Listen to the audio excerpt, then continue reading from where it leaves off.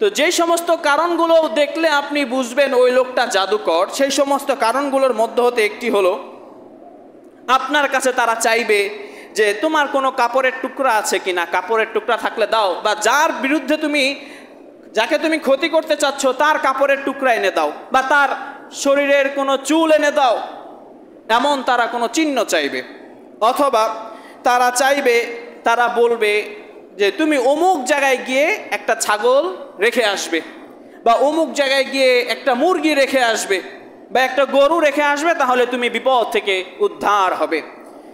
তারপরে কিংবা এমনও বলতে পারে যে তুমি তোমার সারা শরীরে একটা প্রাণীর রক্ত লাগাবে, কোন একটা প্রাণীর রক্ত লাগাবে, তাহলে তোমার এই মনের আশাটা পূর্ণ হবে।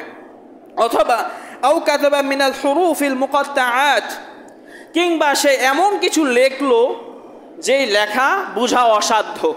যারা কবিরাজগিরি করে তাদের মধ্যে তারা কি যে লেখে আল্লাহ ভালো জানেন। আমিও একজনকে দেখেছি, লেখা পড়তে পারি না, কি যে তারা লিখছে।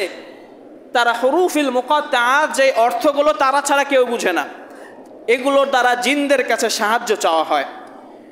তারপরে ওয়া কালামুন গায়রু মাফহুম মা তিলাওয়াতিল কুরআন, আবার অনেক কবিরাজ আছে কোরআন তেলাওয়াত করতে করতে এমন কিছু বাক্য তারা বলে, এমন কিছু দিয়ে ঝাড়ফুঁক করা শুরু করে যে ঝাড়ফুঁক কোরআনের অংশ নয়।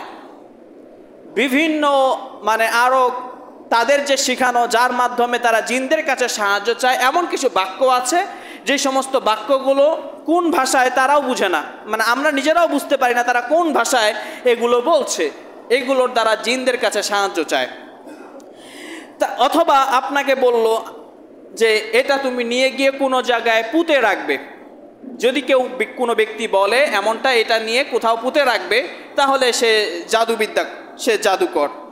কিংবা ঘরের কোনো স্থানে লুকিয়ে রাখবে, এগুলো হলো জাদুর আলামত। কোনো কবিরাজ যদি এই কথা বলে, তাহলে এইগুলো থেকে বিরত থাকতে হবে। আপনি স্পষ্ট আপনার বুঝে নিতে হবে এরা হলো জাদুকর। যদি আপনি এদের কাছে সাহায্য চান এটা জানার পরে, তাহলে এই অবস্থায় যদি আপনি মৃত্যুবরণ করেন, আপনার জায়গা হবে জাহান্নাম।